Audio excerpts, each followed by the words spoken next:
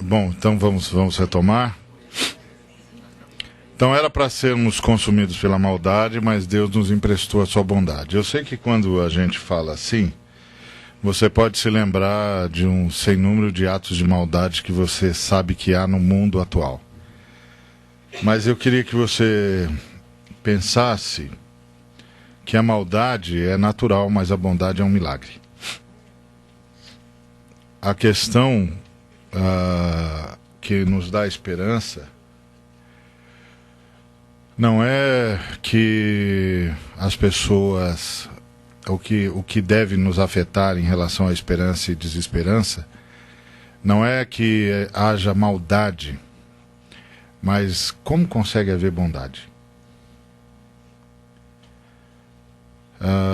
Porque pela descrição paulina, era para as reações à maldade serem piores ainda sempre.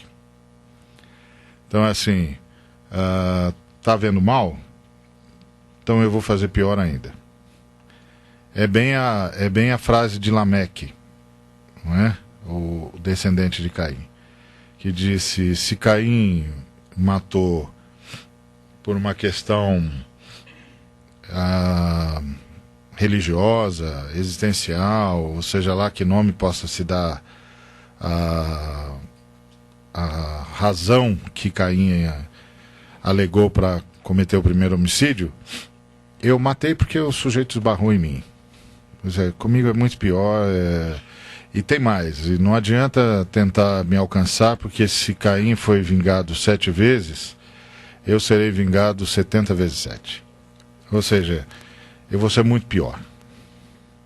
Vou ser muito pior. Essa era a reação que deveria ser sempre. Então o milagre, o que nos traz esperança, é a bondade no meio disso tudo. O fato de que a mídia nos fala da chacina, nos fala da guerra, da destruição da África, por exemplo, mas ela não fala das centenas de pessoas que estão dando a sua vida para melhorar aquilo tudo. Isso é um milagre. Uma vez eu fui presidente da Visão Mundial durante 5 anos, até março. E aí saí porque não pode ter mais, não pode ter reeleições, né? Só tem uma reeleição. Então, eu fui uma vez num congresso mundial da Visão Mundial, que foi na Romênia, e quem falou naquele evento foi o comissário da ONU para a África, para a questão de saúde. E ele então foi convidado para ser o preletor um dos preletores daquela convenção mundial. E ele disse assim: olha, eu aceitei vir falar aqui na Visão Mundial, porque onde eu vou na África, nos piores lugares, e eu chego no local e pergunto se tem alguém que pode me traduzir, invariavelmente eu ouço alguém dizer: chama o pessoal da Visão Mundial. E aí eu fiquei me perguntando o que esse pessoal faz nos piores lugares do mundo. E o que motiva esse pessoal? Porque eu os encontro em todos os lugares onde eu vou, nos piores. E aí eu fui falar com o Jim Hirsch. O Jim Hirsch é o nosso diretor executivo internacional. A Visão Mundial está em 110 países, acho que agora. Acho que é isso. E o Brasil é uma das 10 membros da federação que governa a Visão Mundial. E aí ele perguntou para o Jim Hirsch: o que é que move o seu pessoal, que faz isso nos piores lugares e com tanta eficácia? E aí, palavras dele, o Jim me disse: que o nosso pessoal tem um ótimo currículo. E eu disse para o Jim: não é não. Porque o meu pessoal também tem um ótimo currículo e não faz o que o seu pessoal faz. O que é que vocês têm que o meu pessoal não tem? E o Jim disse para ele: nós somos seguidores de Jesus Cristo. Então nós fazemos o que nós sabemos que se ele estivesse aqui em carne e osso, ele estaria fazendo. E estamos nos lugares onde nós sabemos que se ele estivesse aqui, ele estaria. É isso que traz esperança. E não é só os cristãos, não. É gente trabalhando por gente. E você fica perguntando: da onde vem a bondade no coração dessa pessoa? Não está nela, não é intrínseco.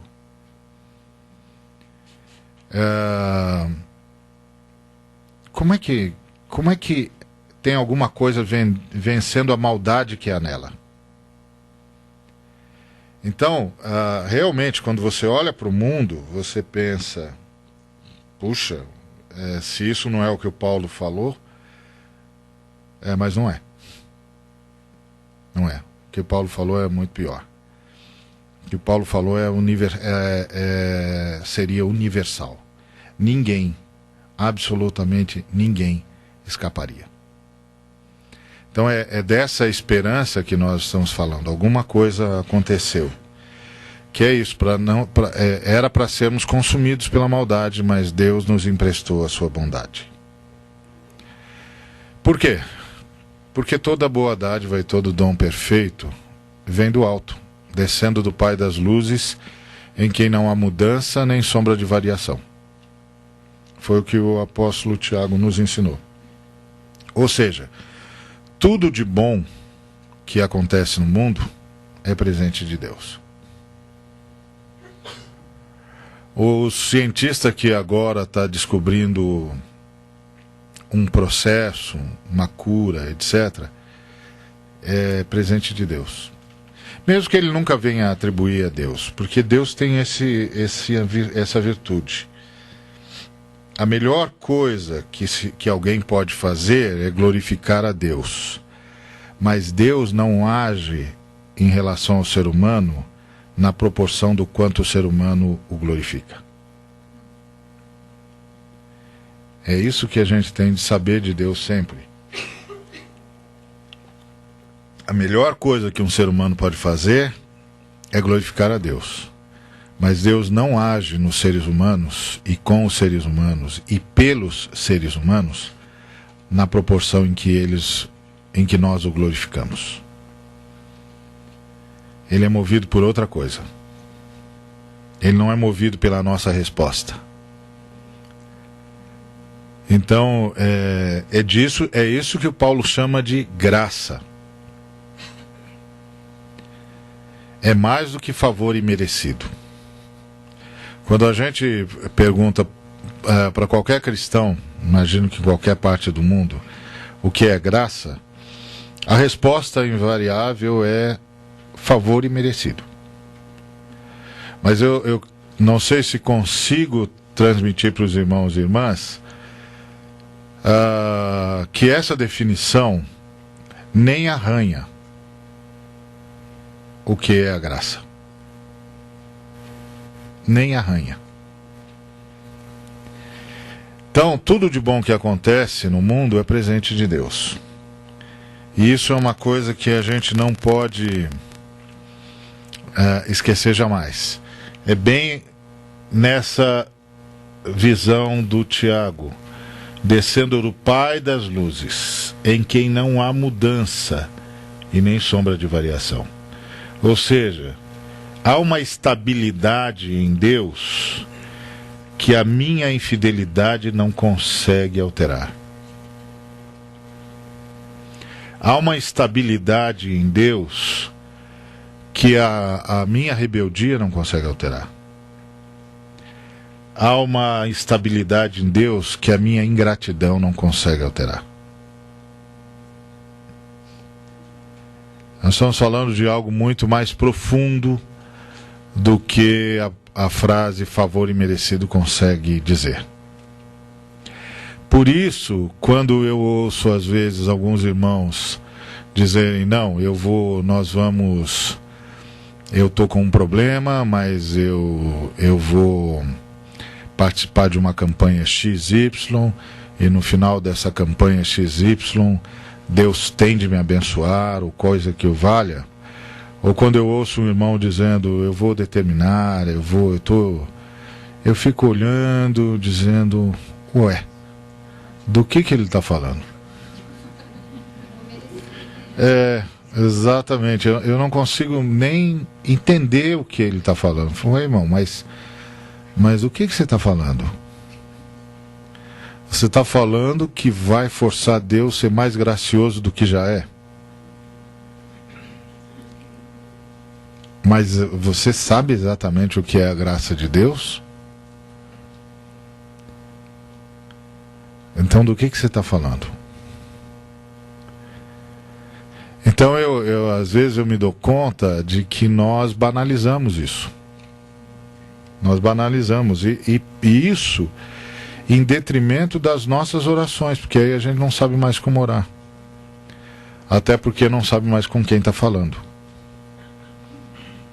Não é? E o princípio da eficácia da comunicação é você saber com quem que você está falando. Não é? Então não sabe mais com quem está falando, fica difícil orar. E às vezes eu fico me perguntando como é que nós estamos orando agora. Então, Deus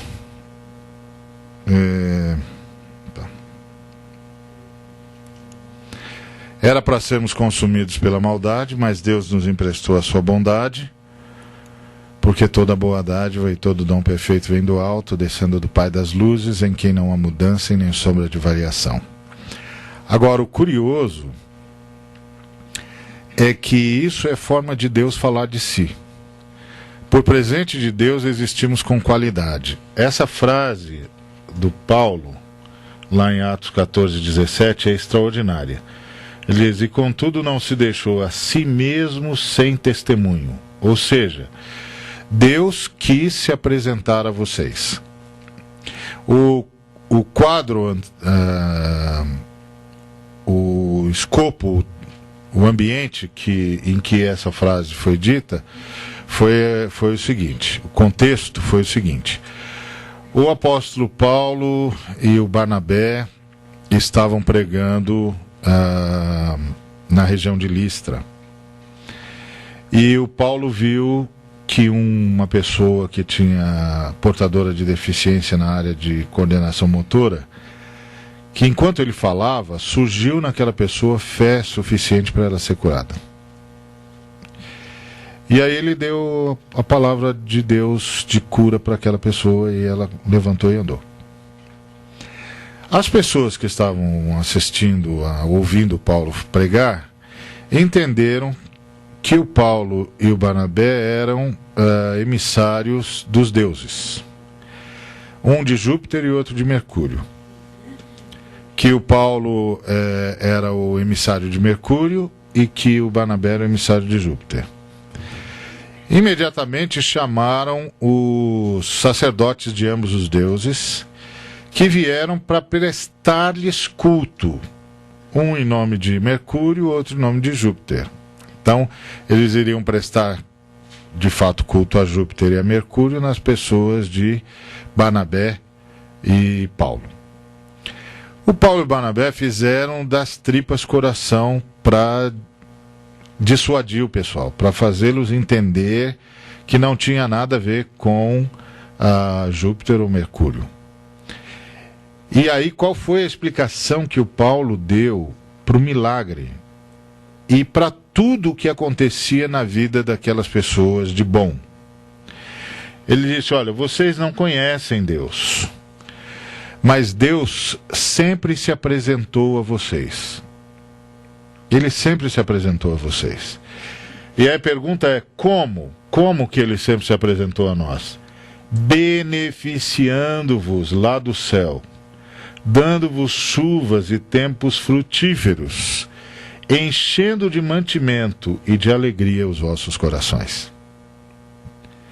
Então você pergunta, como é que gente caída, gente que está mergulhada nas trevas, tem alegria? De onde vem isso? Como é que gente que não conhece Jesus tem fartura no coração? tem senso de razão para existir. Você sabe, é que Deus é um péssimo marketólogo. E porque o pessoal diz que a melhor forma de você fazer alguém se interessar pelo seu produto é gerar nele a necessidade. Deus não sabe fazer isso, porque ele já beneficia o sujeito. Não é? Talvez se a gente pudesse aconselhar Deus, a gente diria, não faça isso. Faz esse povo comer o pão que o diabo amassou com o rabo, porque aí eles não vão ter escolha, vão ter de perguntar onde é que se tem alguma escapatória no universo, e aí o Senhor se apresenta e fala, opa, eu tô aqui. É comigo mesmo. Mas Deus não faz assim. Deus não faz assim. É por isso que você pode ter ótimos amigos que nem sabem de Jesus. O ponto é que eles não sabem de Jesus, mas Jesus sabe deles. E essa é a questão. Tem um montão de gente que não sabe de Deus, mas Deus sabe de todo mundo. E é isso que faz a diferença no universo. Então, contudo, não se deixou a si mesmo sem testemunho, beneficiando-vos lá do céu, dando-vos chuvas e tempos frutíferos, fazendo a terra funcionar para vocês, enchendo de mantimento e de alegria os vossos corações. Essa alegria fez muito povo resistir à opressão, fez muito povo resistir à tortura, à fome, à miséria, fez muita gente não perder a esperança. Enquanto Deus mobilizava outros homens e mulheres que muitas vezes nem sabiam dele, para ir socorrer outra gente que também não sabia dele. O segredo não é o quantos sabem de Deus, mas que Deus sabe de todo mundo. E ama todo mundo. Realmente, Deus não reage à nossa resposta. Por isso que, seja lá o que for, que mova Deus em nossa direção, não tem nada a ver conosco. Foi isso que o Paulo disse. E isso ele chamou de graça. E essa disposição de Deus, é essa disposição de Deus que manteve e mantém toda a criação.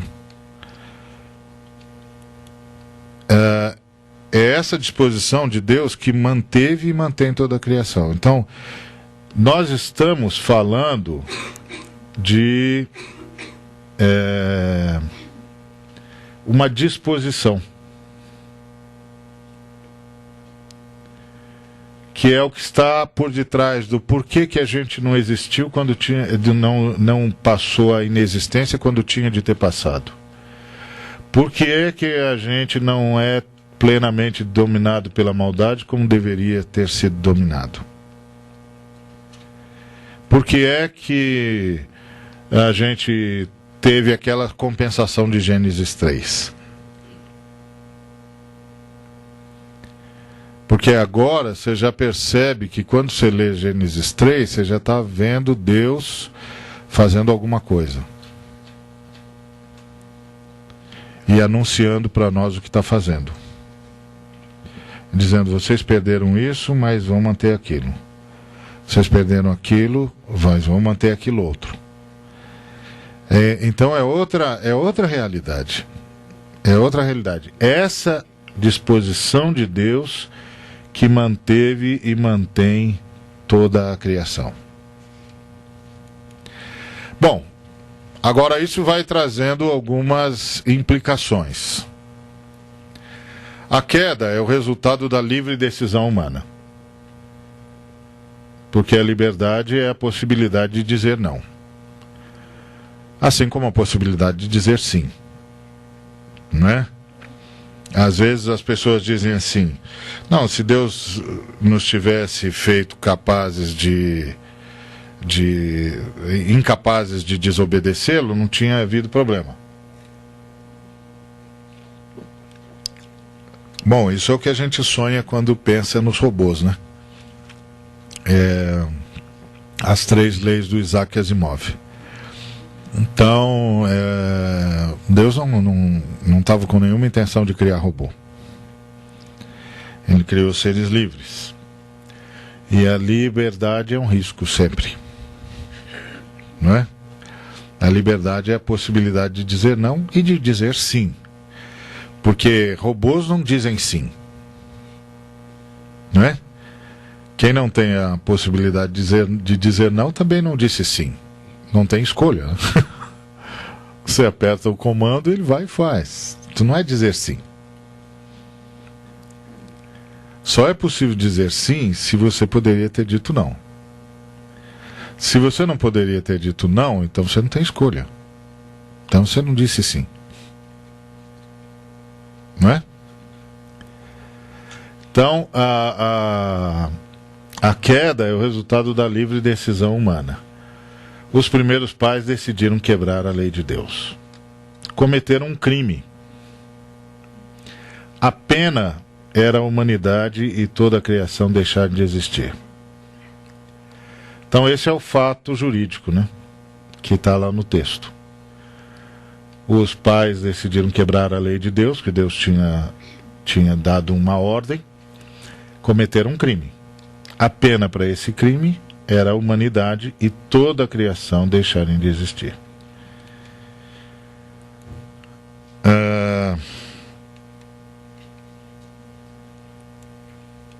E aí a questão é: o que Deus fez com a justiça?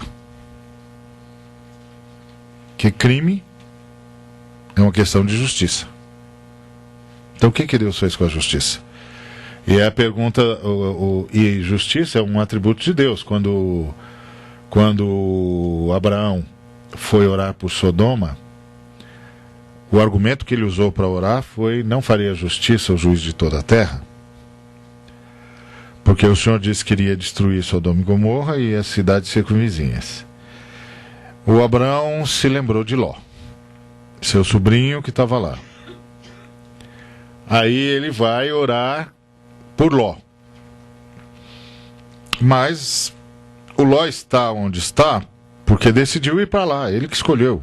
Quando eles se separaram, o Abraão disse: ok, você escolhe para onde você quiser ir, se você for para um lado eu vou para o outro.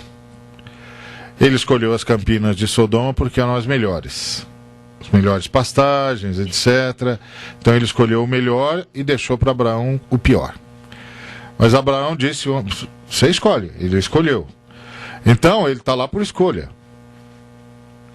E quando a coisa lá começou a ficar ruim, que o nível de injustiça social chegou às raias do absurdo, porque todo mundo pensa que Sodoma e Gomorra foram destruídos por causa da sua imoralidade.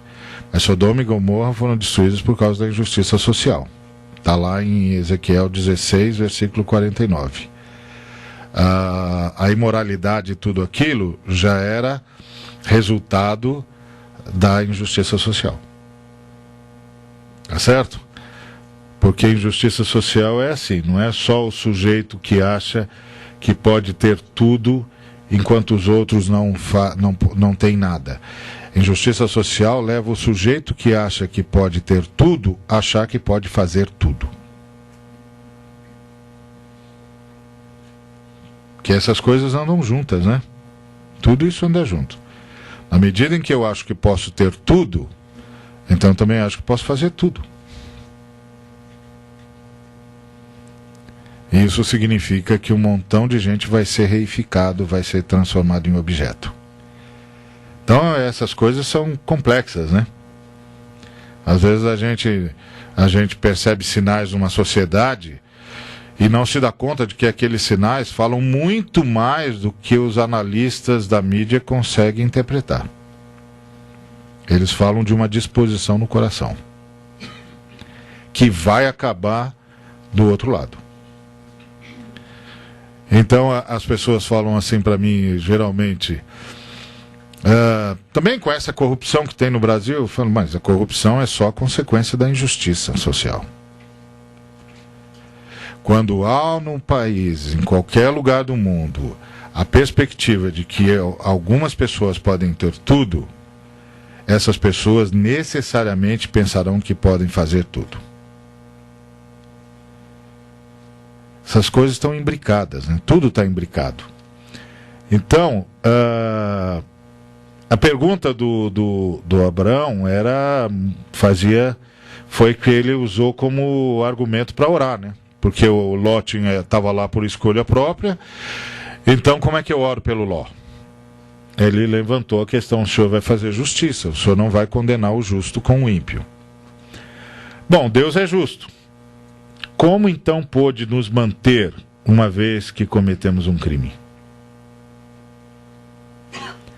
Teria Deus quebrado o princípio da justiça? Essa é a questão que a graça coloca diante de nós. Deus quebrou o princípio da justiça?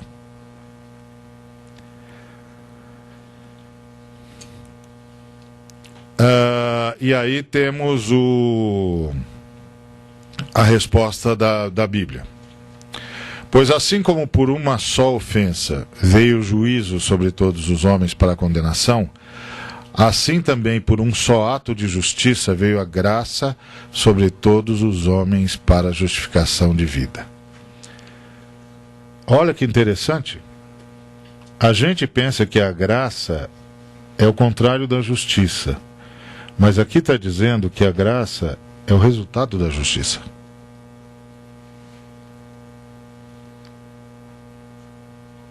O que esse texto está dizendo?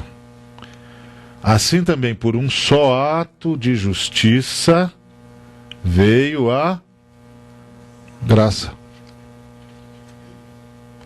Então a graça não é nem o escamoteamento, nem a quebra do princípio de justiça. Pelo contrário, ela só é possível porque houve justiça. Curioso, né? E aí arremata o apóstolo: mas vós sois dele, em Jesus Cristo, o qual para nós foi feito por Deus sabedoria e justiça e santificação e redenção.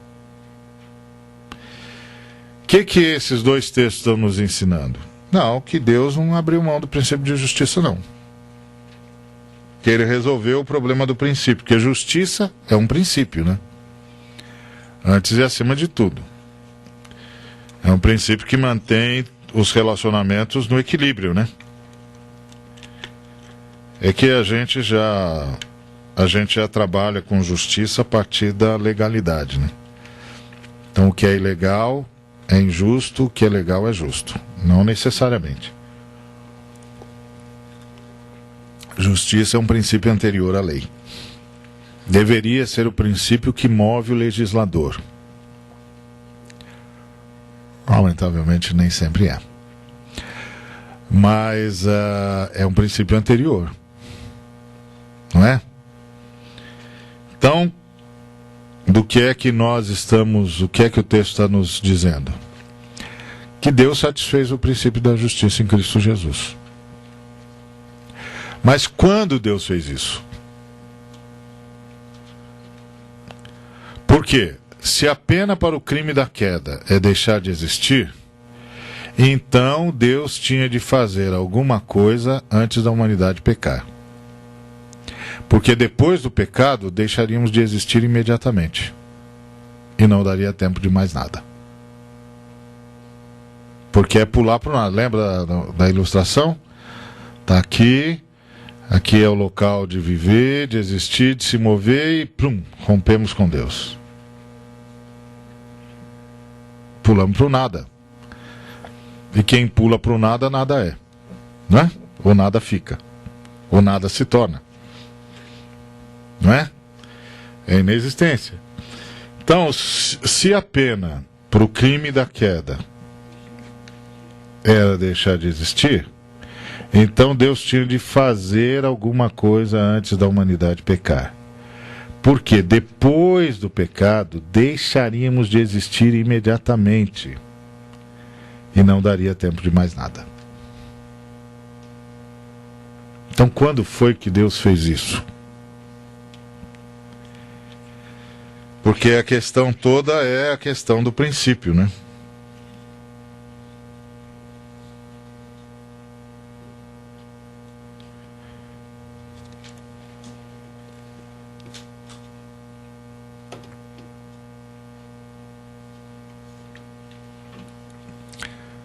E aí o Pedro responde a nossa pergunta.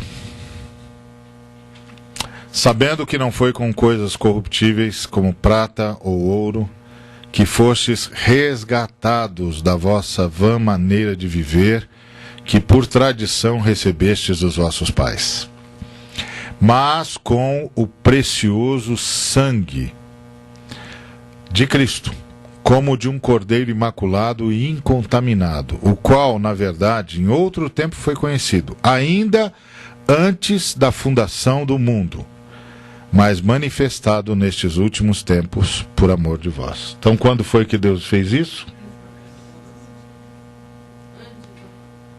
Antes da fundação do mundo. Deus satisfez o princípio da justiça, para poder agir a partir dessa disposição que havia no coração da Trindade. Jesus Cristo se sacrificou antes da fundação do mundo para que todas as coisas pudessem ser criadas, mantidas e resgatadas. Todas as coisas foram feitas por intermédio dele, e sem ele nada do que foi feito se fez. Porque ele é a imagem do Deus invisível, o primogênito, o primeiro de toda a criação. Porque nele foram criadas todas as coisas, que há nos céus e na terra, visíveis e invisíveis, sejam tronos, sejam dominações, sejam principados, sejam potestades, tudo foi criado por ele e para ele. E ele é antes de todas as coisas, e todas as coisas subsistem por ele. Quando você está falando de Jesus Cristo, é desse ser que você está falando. Você não está falando do mártir do Calvário, embora ele tenha sido um mártir. Mais um sacrifício, de fato ele foi um sacrifício, mas também foi um mártir. Você não está falando de um grande líder, embora ele é o maior de todos, né? Nada nem ninguém da história foi como ele. Uma vez eu li aquele livro do Humberto Eco, em que creem os que não creem, e é uma conversa entre o Humberto Eco e o cardeal Martini, né? E é interessante que o Humberto Eco começou a fala dele dizendo que tinha um débito com a igreja. E o débito que ele tinha com a igreja era Jesus de Nazaré. E aí ele explica, dizendo, mesmo que Jesus de Nazaré não tivesse existido, o fato de haver um punhado de seres humanos capazes de criar um personagem como esse, já traria esperança para a humanidade. Quer dizer, agora, isso Humberto Eco viu, né? Sem saber de tudo isso. Quando nós estamos falando de Jesus, nós estamos falando de algo, porque a pergunta é, se nós continuamos a existir e não dá para existir na santidade de Deus, onde é que nós existimos?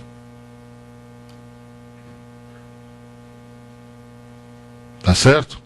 Que nós somos pecadores, então não dá para a gente existir na santidade de Deus. Então onde é que nós existimos? No sacrifício do Cordeiro, na pessoa do Cordeiro. Olha, nele foram criadas todas as coisas. que há nos céus e na terra, as visíveis e as invisíveis. Está vendo? Está toda a criação aqui. Está toda a criação. Aquilo que a gente falou que a nossa queda tinha um efeito cósmico. Está aqui nesse texto, com todas as letras. Sejam tronos, sejam dominações, sejam principados, sejam potestades. Tudo foi criado por Ele e para Ele. Ele é antes de todas as coisas. E todas as coisas subsistem por Ele. Por isso que o João disse: todas as coisas foram feitas por intermédio dele. E sem Ele, nada do que foi feito se fez. Não tinha lugar para fazer. Ele achou um lugar para nós. É impressionante isso, gente. É impressionante. Só a fé cristã fala disso. É impressionante. Ele achou um lugar para nós. Ele se tornou o nosso lugar. Que é aquela história do se Deus é santo e nós somos pecadores e não é possível existir fora de Deus. Então, como um Deus santo carrega pecadores? É porque entre o Deus santo e nós pecadores tem um mediador. É o remédio que faz com que o transplantado não morra, que faz a mediação entre o organismo e o órgão alienígena. Isso é a descrição de uma mediação. E essa é a descrição do mediador.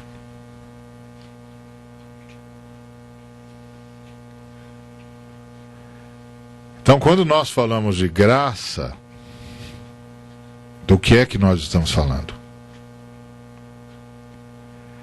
Então, a nossa pergunta era: quando Deus fez isso?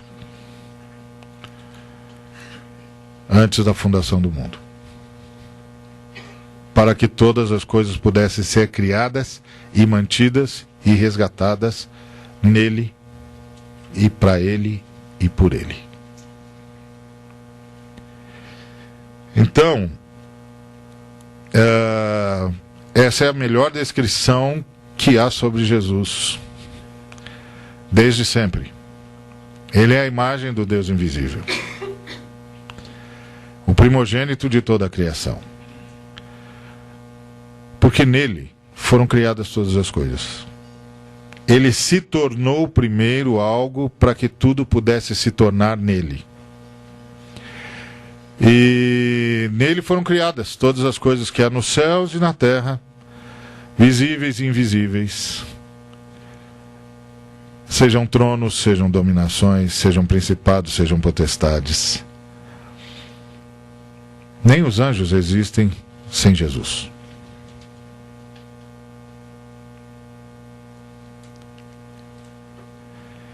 Tudo foi criado por Ele e para Ele. Ele é antes de todas as coisas. E todas as coisas subsistem por Ele. Imaginemos uma reunião da Trindade. O Pai apresenta o plano da criação. O Espírito chama a atenção para o fato de que não vale a pena criar quem vai se perder, pois isso os lançaria à inexistência, uma vez que romper com Deus, que tudo sustenta, é saltar para o nada. O Pai afirma que haveria a saída de responsabilizar-se pelos homens, por toda a criação. O Espírito levanta a questão de que tal decisão implicaria em que um deles teria de abandonar a glória, humilhar-se à condição desses seres caídos, triunfar onde eles fracassariam e voluntariamente entregar-se à morte no lugar deles. E isso tinha de ser feito naquele ato. O Filho, que participava da conversa, disse que iria. E a Trindade, com o mesmo poder que diria haja luz, disse haja cruz. E o Deus Filho se fez o Cordeiro de Deus, que tira o pecado do mundo. E, com os demais membros da Trindade, sentiu a dor do sacrifício, do sofrimento que a humanidade, antes de existir, impôs a Deus. Se a Trindade não tivesse, em primeiro lugar, dito haja cruz, não valeria a pena dizer haja luz. Está ficando claro para os irmãos o que é que nós falamos quando nós falamos sobre graça? Pela graça sois salvos, mediante a fé. E isto não vem de vós, é dom de Deus, não de obras, para que ninguém se glorie, porque somos feitura dele, criados em Cristo Jesus, para as boas obras, as quais Deus, de antemão, preparou para que andássemos nelas, em Cristo Jesus. Então, essa ação, quando Jesus, você pode agora imaginar Jesus andando entre nós e dizendo, quando Nicodemos pergunta para ele, afinal de contas, o que é que está acontecendo? Porque nós sabemos que o Senhor é mestre, porque o Senhor não... Ninguém falaria e faria as coisas que o Senhor faz se não fosse um mestre. Mas o que está acontecendo? O Senhor é mais do que isso. O que está acontecendo? E aí Jesus responde, o que está acontecendo é que Deus amou o mundo de tal maneira que deu o seu Filho unigênito, para que todo aquele que nele crê não pereça, mas tenha a vida eterna. É disso que nós estamos falando quando dizemos pela graça sois salvos. Isso é a fé cristã. A fé cristã não é uma religião. A fé cristã é uma convicção de que há um ser que nos ama e que por amar-nos foi as últimas consequências. É um negócio extraordinário. A essa disposição da Trindade, que a levou a criar, a manter e a resgatar a sua criação, às custas do seu próprio sacrifício por meio do Filho, o apóstolo Paulo chama de graça.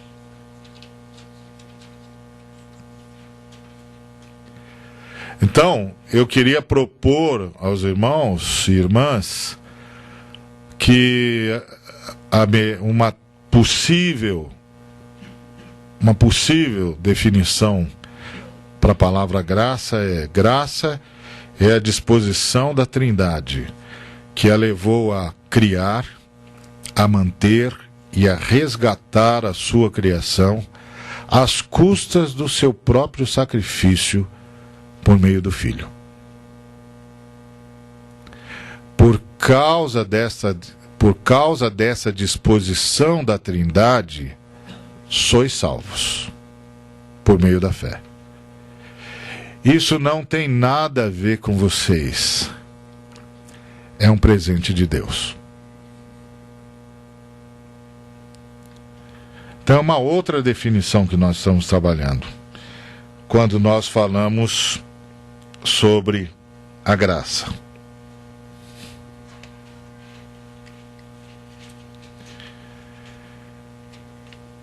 E então aquela ilustração que nós fizemos em relação à Trindade, é claro que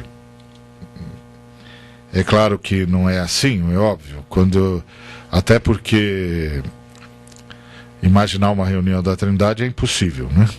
Então isso aqui é uma licença poética ad extremis. Então, é só para a gente ter uma ideia do quadro, né? Por favor, não diga que foi assim que aconteceu. Não tem jeito de saber o que houve. A gente só está tentando entender até onde a gente consegue entender. E aí nós temos de pedir várias licenças poéticas, né? Posso. Então, é só uma ilustração pálida do que nós estamos falando. Até porque eu acho que a pessoa de Jesus andando entre nós causava em todos que cruzavam com ele aquela estupefação, né? Em que o sujeito olhava e dizia: não, é um ser humano, mas não é um ser humano, é gente, não, mas é mais do que gente. O que é que nós estamos vendo andando entre nós? Porque é isso que o apóstolo está tentando chamar a atenção da gente. É isso que os apóstolos o tempo todo tentaram chamar-nos a atenção. O tempo todo. Aconteceu alguma coisa no universo e nós fomos visitados por Deus. E aí eles diziam: nós temos de contar para vocês. Aconteceu e nós vimos, nossos olhos viram, nossos ouvidos ouviram, nossas mãos apalparam.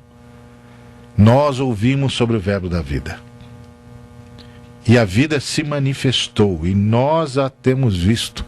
E nós queremos dar testemunho para vocês. Nós vimos, nós fomos visitados. Então é uma coisa extraordinária.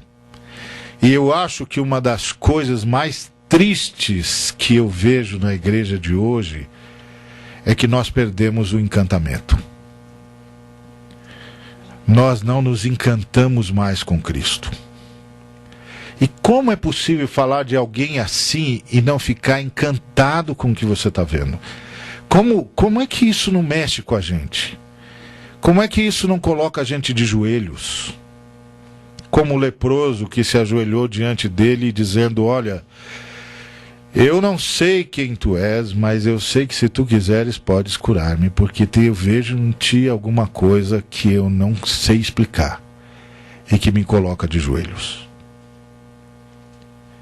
Então eu fico às vezes muito impressionado como nós não ficamos mais de joelhos, não é? Sim, eu me lembro que uma vez um irmão falou para mim, eu achei que ele foi muito corajoso, aliás. Ele falou assim: Ari, o céu não vai ser uma chatice?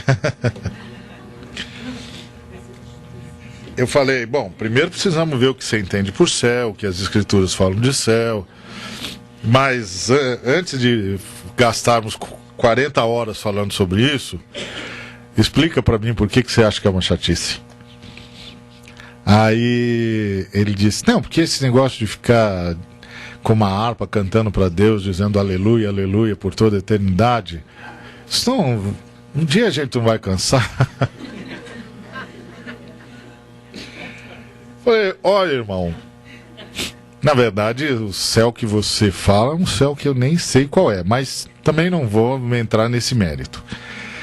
Eu só quero dizer para você o seguinte: louvor não é uma ação, é uma reação. Não tem ninguém que vê Deus que não cai de joelhos. Não tem ninguém que vê Deus e que não explode em aleluia. Não é uma ação, é uma reação. A gente não louva porque é obrigado a louvar, é porque não tem outra coisa para fazer. Tem mais outra coisa para fazer?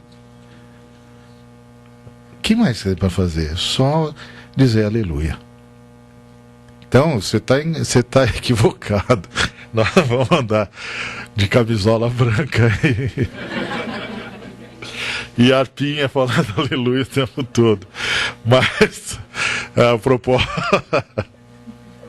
a proposta do Novo Testamento, aliás, nem sai da terra, mas só dá uma saidinha e volta. Mas não vou entrar nesse mérito com você, não. Mas o louvor, a questão toda da sua colocação é a sua visão de louvor. Não é nem a sua visão de céu. É que você está pensando que louvor é uma obrigação. E louvor é uma reação. Não tem como. Quando Deus se revela, você cai de joelhos.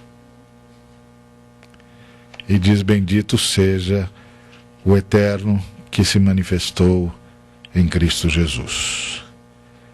Bendito seja Cristo Jesus que abandonou a sua glória para revelar-nos a Trindade.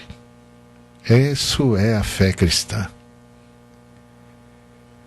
E isso faz a gente ler o mundo de forma totalmente diferente, faz a gente ler o nosso relacionamento com as pessoas de forma totalmente diferente, e faz a gente reler todos os nossos relacionamentos com as coisas que nós chamamos de materiais. Muda tudo. Como disse Hebreus, depois que você viu a cidade que tem fundamentos, muda tudo na sua vida.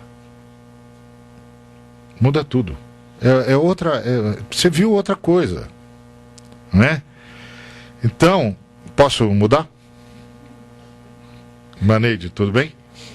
Então tá bom. Opa, peraí.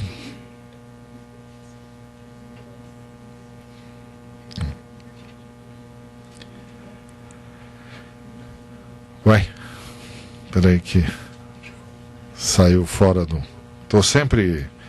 Vocês já viram que eu gosto de eletrônica, mas apanho também nesse negócio aqui o tempo todo. Então, a essa disposição da Trindade que a levou a criar, a manter e a resgatar a sua criação, às custas do seu próprio sacrifício, por meio do Filho, o apóstolo Paulo chama de graça. Essa disposição de Deus apresenta-se em 3 movimentos: a criação, a manutenção e a salvação. Não sei se consegui transmitir para os irmãos e irmãs que nessa perspectiva que nós estamos abordando, a criação já é um ato redentor. Os irmãos percebem, quer dizer, as irmãs percebem a própria ação da Trindade em criar já é uma ação redentora. Porque nós estamos falando de um ser que se responsabiliza por aqueles que vai gerar. É o mais profundo conceito de paternidade responsável, né? Porque providencia a priori tudo que vai tornar possível a criação. E isso é extraordinário. Porque é claro que aí nós poderíamos entrar por um caminho longo que fala do Deus que se esvazia, que fala do Deus que se sacrifica, de que Deus também se responsabiliza pelas suas escolhas e sabe que as suas escolhas estabelecem um trilho para ele. Mas isso é uma outra história. Então, essa disposição de Deus apresenta-se em 3 movimentos. O primeiro movimento é a criação. O segundo é a manutenção do que foi criado, porque você tem todas as consequências da queda para administrar, né? Como é que vai administrar isso? Essa é a pergunta. Como vai administrar tudo isso? Então, tem de administrar isso.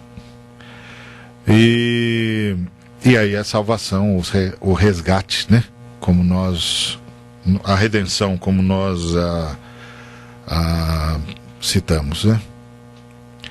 O movimento de criação e de manutenção está presente em todos os seres humanos e em toda a criação.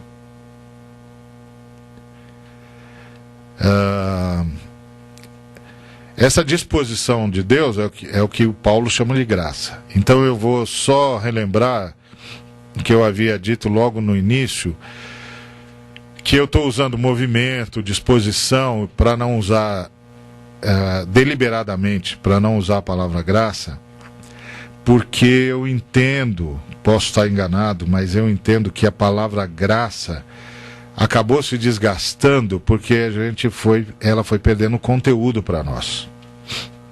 E para algumas pessoas, a graça é quase como um colchão de amortecimento. Que é assim, aqueles negócios dos filmes que os caras pulam do 20º andar e caem num colchão de 3 metros de altura que vai amortecendo até anular a inércia e o sujeito sai andando. E aí parece que há um novo conteúdo para a palavra graça que faz com que o sujeito troque de roupa sem tomar banho. Ou seja, ele é perdoado, mas não é transformado. Então, ser perdoado sem ser transformado é como trocar de roupa sem tomar banho.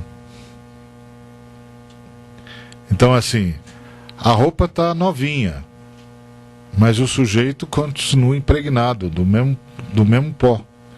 Então, agora ele vai fazer a proeza de ver a roupa sujar de dentro para fora e de fora para dentro.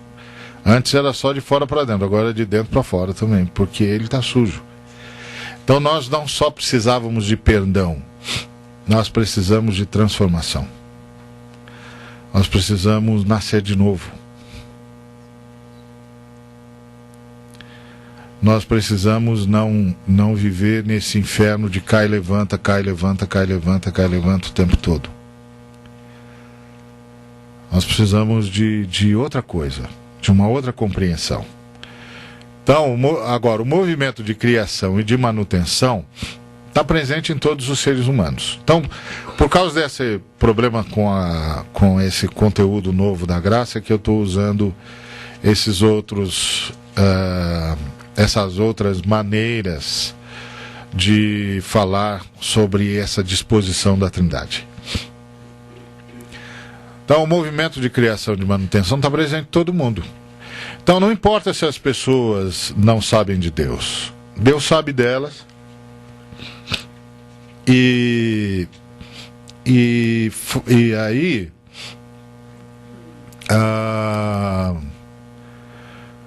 o Senhor faz o universo conspirar em favor do ser humano. É por isso que as pessoas mantêm esperança, é por isso que as pessoas insistem, lutam e buscam e alcançam. Tem um bocado de coisa que dá certo. E mais coisas não dá certo porque nós usamos a graça de Deus contra o Deus da graça. E nós vamos ver isso mais tarde. Esse é o ponto, não é? Aí não dá certo por nossa causa mesmo. Mas há uma série de coisas que dão certo, independente de ser cristão ou não, de conhecer Deus ou não.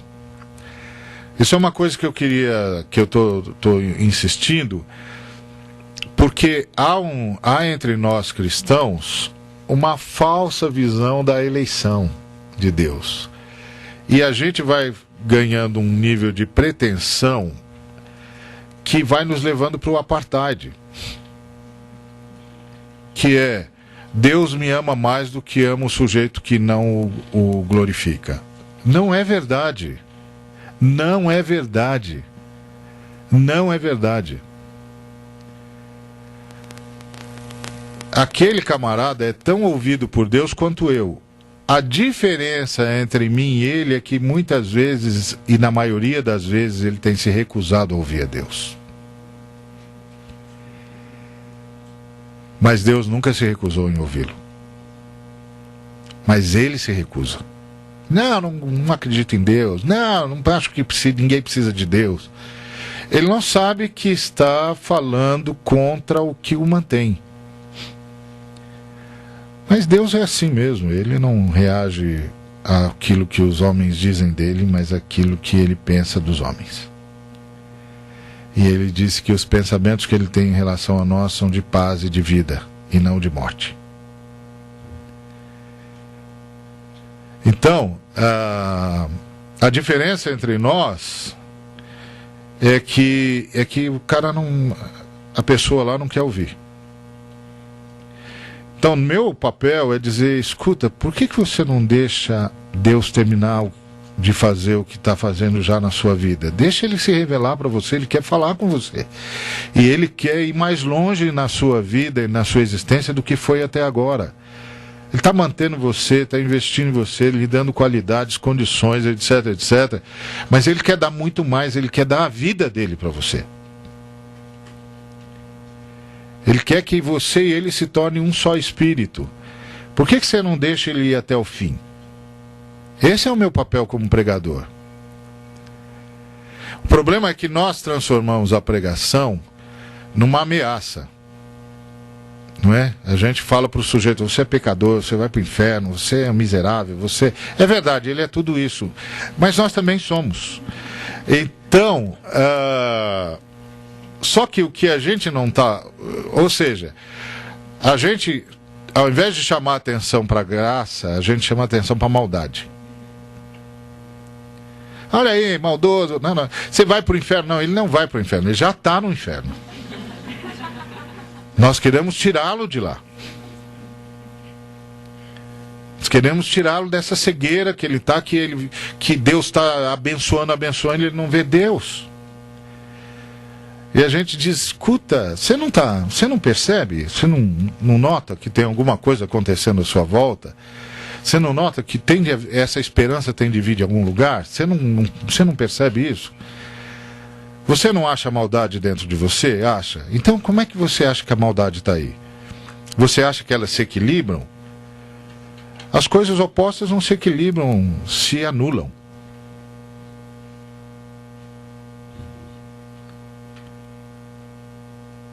Tá certo? Então o que está acontecendo com você? Você nunca perguntou o que está acontecendo com você? Por que apesar da maldade você conhece a bondade? Maldade que você reconhece em si mesmo. Você não está percebendo o amor de Deus, quanto Deus gosta de você e quanto Deus está querendo se revelar a você. Ele quer ir muito mais longe do que foi. Mas você abre o coração para ele, para considerar uma vez sequer que pode haver alguma coisa maior do que você está vendo. E por isso que eu estou insistindo nisso, porque eu estou percebendo, principalmente na igreja brasileira, um espírito de apartheid. E isso é não saber nada da graça de Deus. Isso é não saber nada da disposição da Trindade. Isso é uma coisa assustadora. Assustadora. Eu tenho medo se nós nos tornarmos a maioria dos brasileiros com esse espírito. Eu tenho medo, porque gente assim se torna muito má. E uma coisa é ser má, outra coisa é ser má em nome de Deus. Isso não pode acontecer, porque isso não é a fé cristã. Isso não foi o que Jesus Cristo veio trazer à Terra. Isso não foi o que ele demonstrou. Não foi o que os apóstolos nos ensinaram. Eles não ensinaram isso. Porque assim, se o cara dissesse, não, é assim, porque eu sou cristão. Não, mas tá bom. Então se é cristão, quer dizer que você respeita o livro. O livro não diz isso. O livro não diz isso. Então do que você está falando? Da onde tem? Qual é a sua fonte? Sua fonte não é o livro, porque o livro não diz isso. A fonte é o que ele faz com o livro. Pega partes do livro e vai pintando e mordando. Não pode, gente, não pode.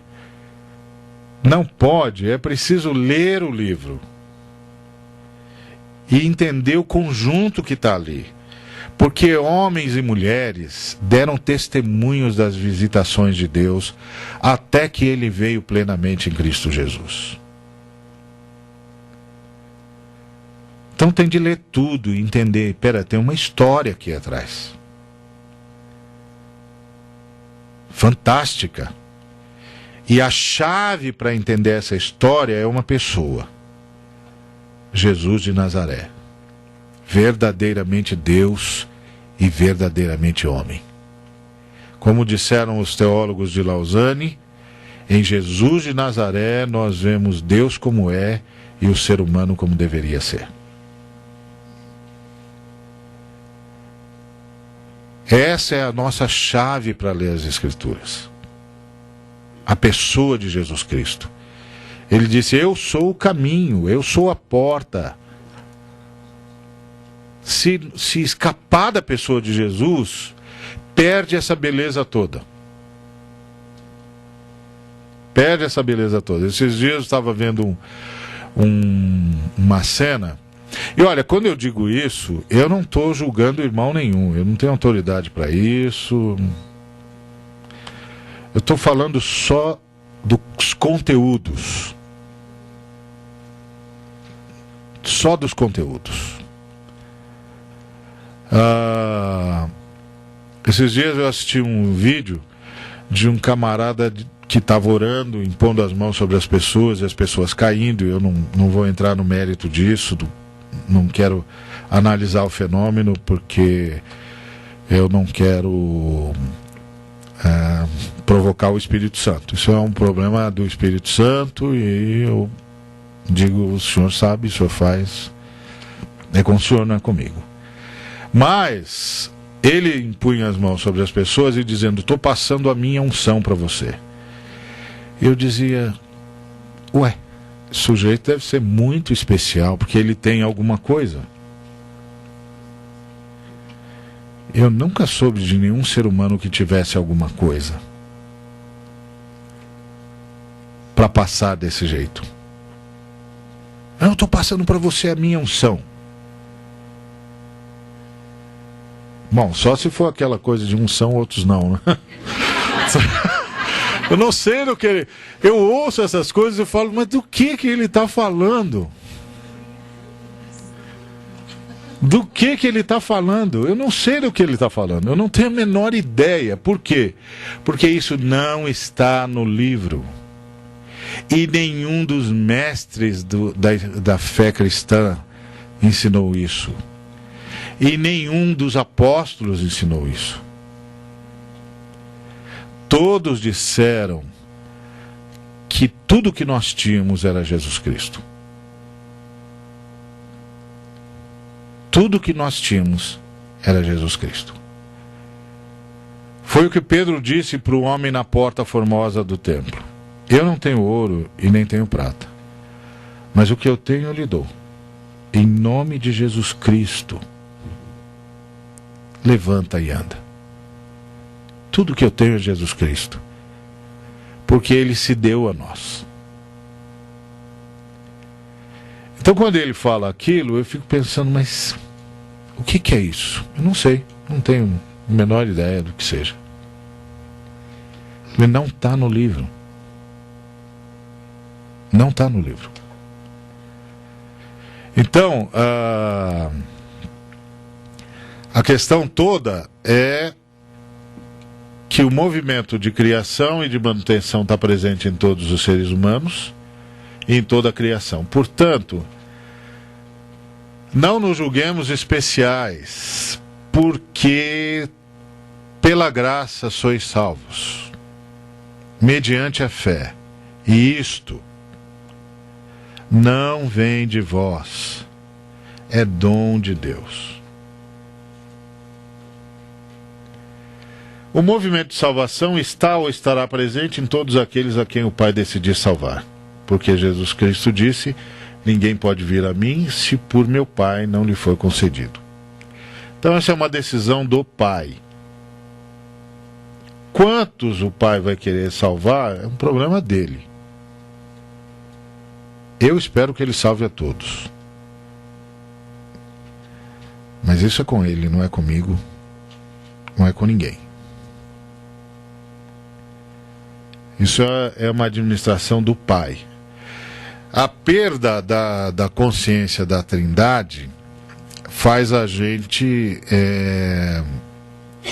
perder a conspiração divina, como dizia um autor que eu esqueço o nome agora. Dallas Willard. Obrigado, Renato. Faz a gente perder a visão da conspiração divina, que é a Trindade trabalhando. Então, o Filho, o ministério do Filho é expiação, que quer dizer substituir o criminoso. O ministério do Pai é a salvação e o ministério do Espírito é a conversão. Isso é com a Trindade. Tá certo? Oi, desculpa. Repito e já te... O conceito o ministério do Filho é expiação, ou seja, o sacrifício do Filho é suficiente para criar tudo, para manter tudo e para salvar tudo. O ministério do Pai é o de salvar. De criar, manter e salvar. Ele vai criar, manter e salvar o que ele quiser. Ele decidiu criar o que quis, ele decidiu manter o que quis manter e vai salvar o que quiser salvar. E o ministério do Espírito Santo é atuar, é processar tudo isso. Por isso que é muito bonita aquela figura do Gênesis, que é a conversão. Não é? E o processo é a conversão. Por isso que é muito bonita aquela figura do Gênesis dizendo e o Espírito de Deus pairava sobre as águas. Então é muito bonito aquilo, porque é essa coisa de que o Espírito processa tudo isso, a conversão, isso é com o Espírito Santo. E o que ele vai fazer nós só vamos saber quando os livros forem abertos. Então, eu não sei o que ele vai fazer. Mas eu sei que, como disse João Crisóstomo, será um ato de amor. Então,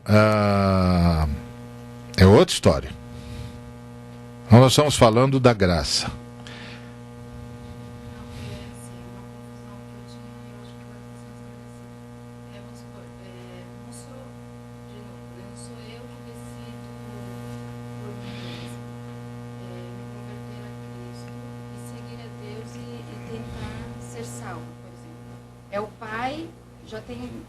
Planos dele, se ele vai ou não me salvar, por exemplo, vai me tocar para que eu seja convertida e que eu volte a Cristo. Que por meio de Cristo, em princípio é isso. Em princípio é isso, mas é sempre você quem vai decidir. Agora, como a ação soberana de Deus e a liberdade dos homens se coadunam, só como dizia Calvino, Deus é soberano, o homem é livre, e isso só se encontra na cabeça de Deus. Então, nós estamos falando sobre o grande mistério da soberania de Deus e da liberdade humana. Mas, quem sabe, enquanto a gente está estudando aqui, outras coisas venham à tona. Se Deus faz a escolha e o ser humano fala não? Não sei. Eu não sei como é a escolha e... Quando ele fizer essa escolha, eu sei que se ele não vem por amor, ele vem pela dor, mas... o Calvino dizia que a graça é irresistível. Mas isso é o Calvino que dizia. Então pode ser que o Calvino esteja certo. Se o Calvino estiver certo, então a graça é irresistível.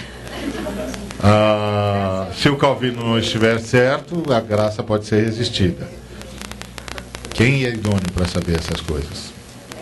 Essas coisas são profundas. O que a gente sabe é que nós estamos num ambiente da graça.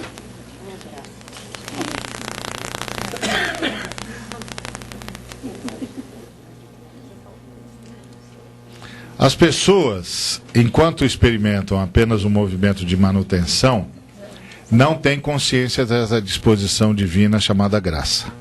São alvos da mesma, mas não o sabem. Pensam que tudo de bom que há nelas ou que elas manifestam é de sua propriedade. Essa provavelmente é a maior distinção entre os que estão experimentando o movimento de manutenção e não o movimento de salvação. É que eles não têm consciência disso. Eles pensam que são eles mesmos. É por isso que tem gente pretensiosa. Eles realmente acham que são. Não é? Às vezes a gente encontra o sujeito e o sujeito todo pretensioso, orgulhoso, vaidoso, e aí a gente já sabe que está diante de alguém que pensa que é. Não é? Que não sabe que subsiste. E quando você encontrar alguém assim, ore por ele e tenha muita misericórdia. Ele está mais cego do que consegue perceber. Então não se irrite com gente assim. Apenas ore e diga: puxa, isso aqui é um sujeito cego. Não é? Isso é uma coisa. Às vezes a gente não percebe, né? Porque assim, a gente também reage a partir das nossas enfermidades, é óbvio, né? Mas assim, uma vez alguém perguntou, por que você não... Alguém perguntou para alguém, né? Por que você não reage ao preconceito com ira e tal, e tal, e tal? E a pessoa respondeu: porque quem está doente é ele, né? Não sou eu. É o preconceituoso que está doente, não sou eu a doença. É ele que está carregando a doença. Eu tenho dó dele. Ele está doente. Então, à medida que você vai conhecendo a graça, você também para de ser movido pelo pecado alheio, né? Tá certo? Você para de ser movido pela doença do outro. Você começa a perceber: peraí. Tá lá, o problema tá lá, não tá aqui. Deixa o problema lá. Vou orar pela pessoa que está com problema, para que Deus, na sua misericórdia, o alcance.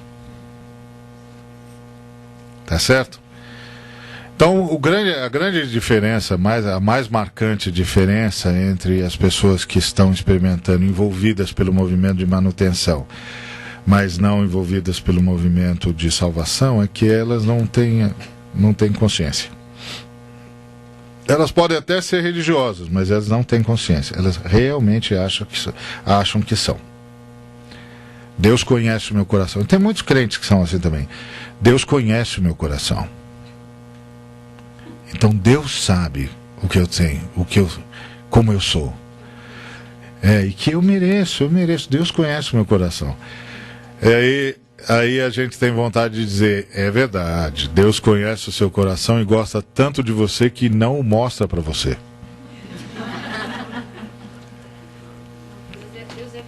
Deus é fiel. Então Deus é fiel ao seu amor para conosco, né? Então, a camarada fala: Deus conhece o meu coração. Eu sei que Ele conhece, verdade. E que bom que Ele não mostra nem o seu nem o meu. E aí Ele pode ser gracioso comigo e com você. E eu escrevi um artigo falando que agora a gente devia viver no tom da paixão de Cristo. Que é assim: se o pecado dos primeiros pais tinha potencial suficiente para destruir toda a criação, então todo pecado tem o mesmo potencial. Então, isso quer dizer que os descendentes dos primeiros pais continuaram atentando contra a existência o tempo todo. E aí a grande pergunta é: Por que Deus não disse, escuta, também já é demais, né? Vocês insistem em querer destruir tudo. E aí a gente dá um salto para a paixão. E a última frase do Senhor sobre nós foi: Pai, perdoa-os, eles não sabem o que fazem. Eles não sabem que cada movimento desse é para destruir tudo. Eles não têm a menor ideia de onde eles se meteram e das bobagens que eles estão fazendo. Perdoa-os, não destrói nada. Continua mantendo tudo. Porque se é verdade que todo pecado tem potencial para destruir, Deus ficou com a seguinte, com uma de duas escolhas: ou perdoa sempre, ou destrói tudo. E aí está o sacrifício. Todas as vezes que alguém peca, o Pai sabe, já está lá contado no sacrifício. O sacrifício atingiu esse ato também. Então a oração de Jesus é: Pai, perdoa-os, eles não sabem, eles não têm a menor ideia do que é esse ato de rebelião. Eles não sabem o que é pecar. Eles não têm a menor ideia da idiotice que eles estão fazendo. E eles não sabem que o inimigo é um suicida radical. Alguém vendeu a ideia para nós de que o inimigo quer criar um reino paralelo. Não, ele quer destruir tudo. Ele é um suicida radical. Então, olha o tamanho do sacrifício de Cristo. E é por isso que quando as pessoas pecam contra a gente, mais cedo ou mais tarde o Espírito Santo nos faz perceber: não foi contra você. Foi contra o universo. Porque foi contra Deus. E Deus manteve o universo, porque já resolveu isso na cruz. Fica lá também. Deixa tudo resolvido na cruz. Deixa tudo resolvido na cruz e perdoa como eu te perdoei. E pá. Vocês querem começar as perguntas? É melhor deixar para o final da tarde, senão eu não vou chegar lá. Oi? Tudo foi resolvido nas 3 tentações do deserto. É verdade. Ele venceu as tentações. Está escrito e foi para a cruz. Exatamente. Então, mas só vocês querem deixar para tarde? É melhor, né? Eu vou até o fim. Pode esperar? Ou... Se não puder, eu paro. Não tem problema. Não? Então tá bom. Bom, aqueles que são alvos do movimento da salvação, dessa disposição divina chamada graça, têm consciência da mesma. Sabem que tudo de bom que há nelas, ou que nelas manifestam, nelas se manifestam, né?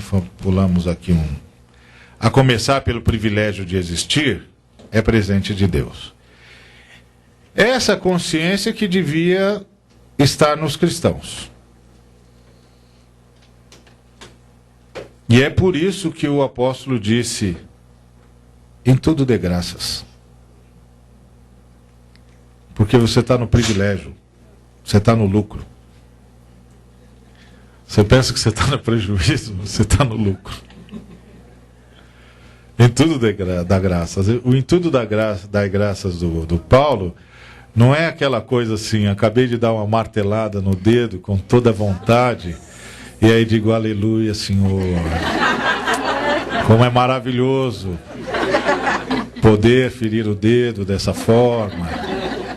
Quanta força me concedeste. Jamais imaginei. É muita força, Senhor. Ajude-me a usá-la no prego da próxima vez. Não é nada, não é nenhuma bobagem dessa, né, gente? Não é disso que que a Bíblia está falando. Porque às vezes a gente vai trabalhando essas coisas e a fé cristã ouvida dessa coisa vai se tornar um troço ridículo. Você vai ouvindo o sujeito pregar isso e fala, não, mas isso é ridículo. Ninguém vai fazer isso, moço. Vai doer pra chuchu. Eu já martelei o dedo, meu senhor. Eu sei como dói. Eu sei, eu quis imitar meu pai. Meu pai era um carpinteiro de primeira. E eu pensei que esse negócio era genético. E arrebentei o meu dedo. Descobri que não era não. Não era não. Eu tinha de aprender a martelar, eu não sabia. E aí, você vai ouvindo esses reducionismos, você começa a pensar, não, esse negócio é muito estúpido. Claro que não é disso que o texto está falando. O texto está falando de algo muito mais profundo. O texto está dizendo, nós estamos no lucro, não no prejuízo. Existir já é um privilégio, é um presente de Deus. É claro que você sempre vai encontrar alguém que diz, pois eu preferia não existir. E você vai sempre dizer para ele, impossível, porque só dá para preferir aquilo que a gente sabe. E você não sabe o que não é existir. Então, existir é tão bom que você sabe o que é preferir.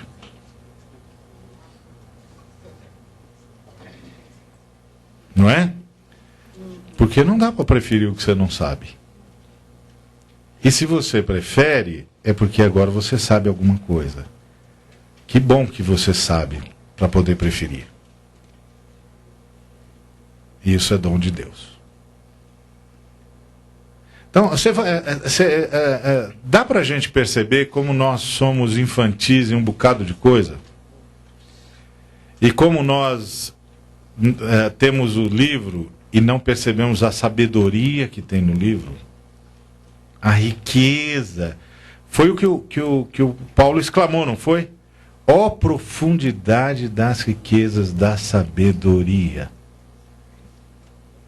Não foi o que ele disse?